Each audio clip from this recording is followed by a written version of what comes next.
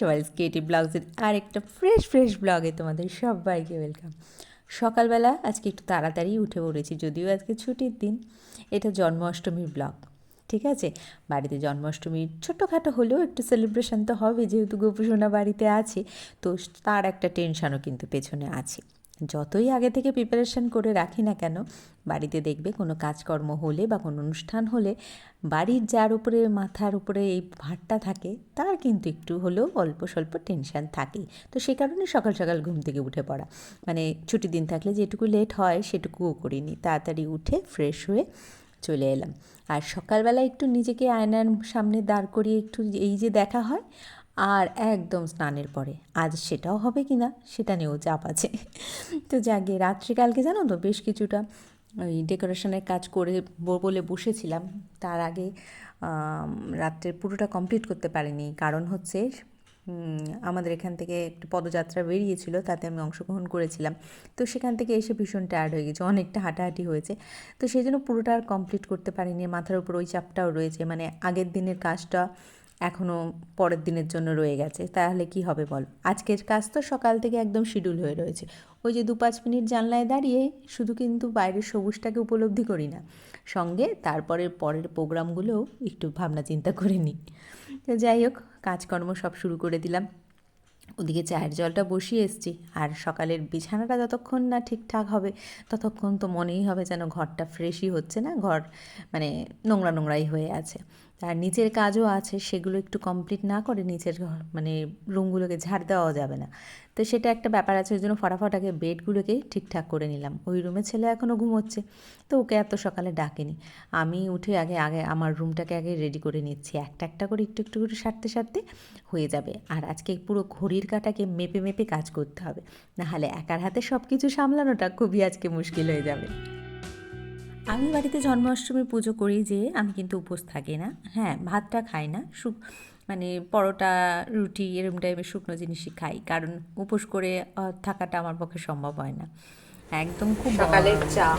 যেমন ধরো কালী পুজো বাড়ি পুজো সন্ধ্যের উদযাপন হয়, ওই তখনই আমি একদম নির্জলা উপোস থাকি। নচেত বাড়ির মানে গোপাল হচ্ছে আমার ঘরের ছেলে, তো সেই জন্য আমার মন থেকে মনে হয় আমি যেভাবে ওকে চাই আমি সেইভাবেই পুজো করি। তো যাকে চা আর জল গরমটা খেয়ে দিয়ে আবার এসে বাকি কাজটায় লেগে পড়েছি। মানে এটা না মাথার একবার চাপ হয়ে রয়েছে আমার, যতক্ষণ এটা সারতে পারছি। তাও মানে মনের মতো হয়ে ওঠেনি। এই ওপরের যে ময়ূরের পালক দিয়ে করছিলাম না, এটা একটু কম পড়ে গেছে, আর একটু বেশি পালক হলে যে জিনিসটা আমি করতে চাইছিলাম সেটা হতো।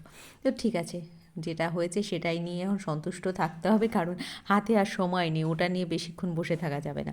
তো ওইটা রেডি করে আগে উপরে ঠাকুর ঘরে তুলে দিয়ে এসে এবার বাকি যা ছড়িয়ে ছিটিয়ে রয়েছে নিচে ক্রাফটের জিনিস, সেগুলোকে গুছিয়ে নিলাম। এটা আমার ওই ক্রাফটেরই ব্যাগ আর কি, আর ওই যে কৌটোটা তোমাদের দেখিয়েছি ওর মধ্যে সমস্ত আমার ক্রাফটের সব যা যন্ত্রপাতি লাগে আর কি, সেই সব জিনিস রাখা থাকে। ওই সংসার নিয়ে পুরো কাল রাত থেকে এখানে ছড়ানো ছিল, সেগুলোকে আগে ফটাফট গুছিয়ে জায়গা মতো রেখে দিয়ে আসলাম। আর ঘর দেখবে জায়গায় অ্যারেঞ্জ করে রাখলেই ঘর আর্ধেক পরিষ্কার হয়ে যায়। এরপর ঘরটাকে একটুখানি ঝাড় দিয়ে নিচ্ছে, মানে ঘরের নিচ পরিষ্কার হয়ে গেল, শুধু একটু ঝাড়টা দিলে একদম পুরো ঘরটা দেখো একদম পরিষ্কার পরিচ্ছন্ন হয়ে গেল। আর বাড়িতে পুজো আচড়ার দিনে ঘর বাড়ি পরিষ্কার না থাকলে আর পুজো আচড়াটা কীভাবে আর হবে। তো সকালবেলা বাড়িতে আজকে সবাই রয়েছে, তাদের জন্য আবার একটু সকালে জলখাবারের ব্যবস্থাও করতে হবে। সেই জন্য একটু ময়দা বেশি করেই মেখে রেখেছিলাম, কারণ আজকে আমার সারাদিনটা এটার উপরই চলবে। তো ওই গরম একটু লুচি আর আলু ভাজা করে দিয়েছি সকালে জলখাবারের জন্য সবাই। প্রথম লুচিটা ফুলেনি, কিন্তু পরের লুচিগুলো সবই বেশ ফুলকো হয়ে ফুলছে। আসলে আমি একটু তেল কম দিয়ে ভাজি, কিপটা হয়ে গেছে। আগে জানো তো বাড়িতে 4-5 লিটার করে তেল লাগতো আর কি মাসে, এখন অনেকটা কমিয়েছি। এইবার দেখো কোথায় এসেছি বলো তো, পুকুর পাড়ে। ওই যে মাঝে মাঝে নিজের কাজের জন্যই নিজের মনে হয় নিজের গালে দুটো চড় মারি। সেদিনকে বাজারে গিয়ে পুজোর বাজার করতে গেছিলাম না, লোভ সামলাতে না পারলে যা হয়, অতি লোভে তাঁতি নষ্ট। আজকে হাতে একই সময় নেই, তার মধ্যে আবার সেদিনকে বাজার থেকে নিয়ে এসেছিলাম কয়েকটা চারা গাছ। এবার কাল লাগাইনি, আজ যদি না লাগাই ব্যাস গাছগুলো তো মরেই যাবে। দাম যদিও বেশি নয়, তবুও জিনিসগুলো যদি নষ্ট হয়ে যায়, বিশেষ করে চারা গাছ নষ্ট হয়ে গেলে আমার খুবই খারাপ লাগবে। তাই একটু সময় করে স্নানের আগে ওগুলোকে লাগিয়ে দিয়ে চলে এলাম স্নান দান কমপ্লিট করে। এই দুপুরে পুজোটা কমপ্লিট করলাম, এখনও কিছু গোছানো হয়নি, সব বাসনপত্র ধুয়ে রাখা হয়েছে। গোপাল সোনা স্নান করে সবে বসেছে, জামাটা পরিয়ে দিয়েছি, নতুন জামাটা, আর ওটা যেটা সাজিয়েছিলাম সব রেডি করে রেখেছি। এখন একটু একটু করে এই সামান্য আয়োজন এগুলো সব তৈরি করব, তারপরে সন্ধেবেলা হবে তার সেলিব্রেশন। দুধ নষ্ট হয়ে যাবে, তাই দুধটা ছেঁকে দুধকে মধ্যে যদি এরকম, যেহেতু রাত হয়ে যাবে আমাকে বানাতে বানাতে, সেই জন্য দুধের মধ্যে একটুখানি গুড় দিয়ে রেখে দেবো। গুড় কিংবা চিনি কিংবা নকুলদানাও দিয়ে রাখা যায়। এটা আমি জানতাম না, এটা আমাকে একজন বলেছে, আর সত্যিই দেখেছি দুধ কাটে না, খুব সুন্দর থাকে। সে যত রাত পর্যন্তই আমি রাখি না কেন এরকমভাবেই থেকে যাবে, নষ্ট হবে না। এরপর বসে পড়েছি গোপুসোনার সব থেকে পছন্দের খাবার, তালের বড়া।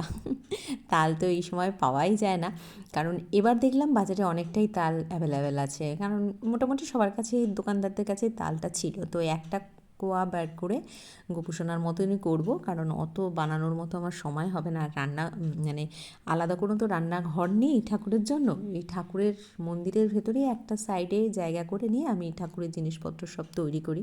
তোমাদের আগেও অনেকবার শেয়ার করেছি, আমার ছোট্ট একটা সংসার আছে আমার গোপাল সোনার জন্য। আর তালের আটিটাকে না এরকম পিটিয়ে নিলে না তালে একটুও জল দেওয়ার দরকার পড়ে না, কাইটা খুব সুন্দরভাবে বেরিয়ে আসে। তবে এবার না বেশ কিছু কিছু জিনিস কিনতে হবে, এই যখন কাজ করতে বসি তখনই ওই অনুভব হয় আর কি, এটা নেই সেটা নেই। আর ঘরে তো যেখানে সেখানে জিনিস সেখান থেকে বের করে নিয়ে ম্যানেজ করা যায়, কিন্তু ঠাকুর ঘরে তো আর সব জিনিস ব্যবহার করা যায় না ঘরের। তো ওই ঠাকুরের যে কটা আলাদা জিনিস আছে তার মধ্যেই ম্যানেজ করতে হয়, ওই জন্য টাইমটাও বেশি লাগে। তো তাল যেটাকে দিয়ে কাই বের করবো সেটা কীভাবে করেছি জানো তো, ঝুড়ির পেছনে ঘষে ঘষে। এই দেখো আমার এইটুখানি জায়গার মধ্যেই পুরো সংসার ঠাকুরের সাজানো আছে, এখানেই রান্নাবান্না। তো আমি ঘরেও যেমন দুটো কড়াই ইউজ করি, আমি ঠাকুরের জায়গার জন্য না ছোট্ট ছোট্ট দুটো কড়াই নিয়ে রেখেছি।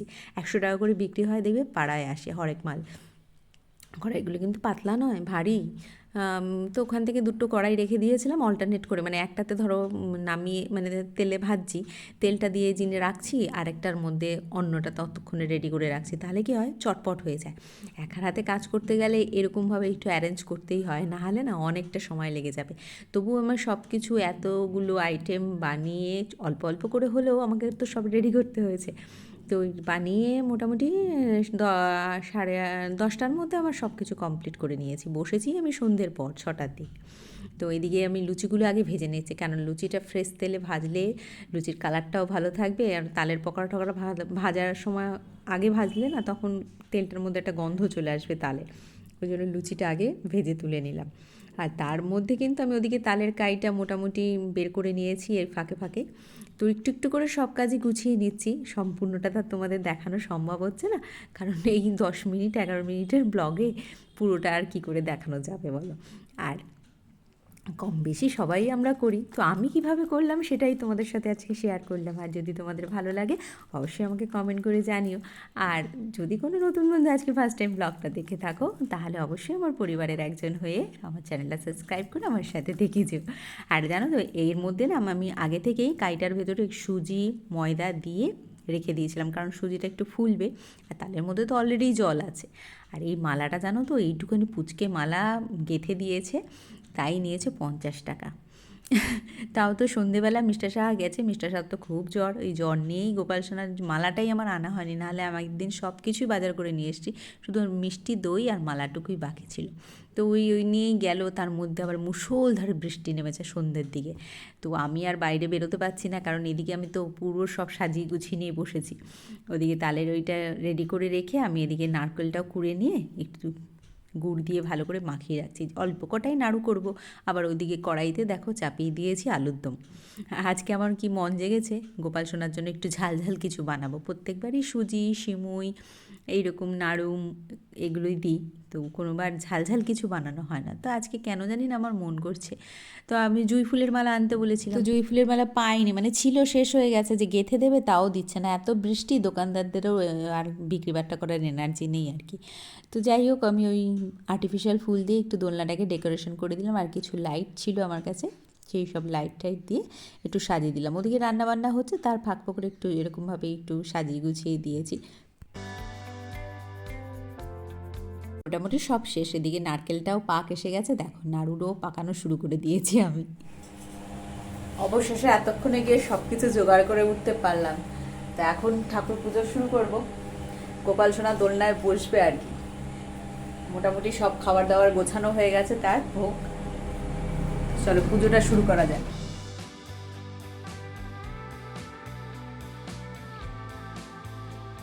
গোপাল সোনা বাটিতেই ভোগ খেতে পছন্দ করে, ওই জন্য তাকে সব বেশিরভাগই আমি ছোটো ছোটো বাটি, পেতলের বাটি করেই দিয়েছি। এবার তার বসার আসনটা চারপাশেই দিয়েছি, ভরে গেছে, আর কিছুটা জায়গা হচ্ছিল না, ওই জন্য নিচেই দিলাম। দই মিষ্টি আর কয়েকটা জিনিস ছিল, ফল টলগুলো। আর কত বাটি আমার কাছে, তাও এরকম মানে 7-8টা না 9টা মতো বাটি আছে। তো সবার মধ্যেই দেখলাম ভর্তি হয়ে গেছে। কী কী বানিয়েছিলাম সব কিছু কি শেয়ার করা গেল?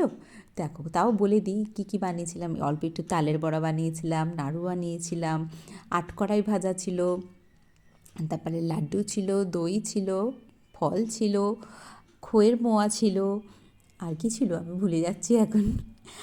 সুজি বানিয়েছি, লুচি বানিয়েছি, সিমই বানিয়েছি, আলুর দম বানিয়েছি। এই ছিল আজ গোপাল সোনার ভোগে।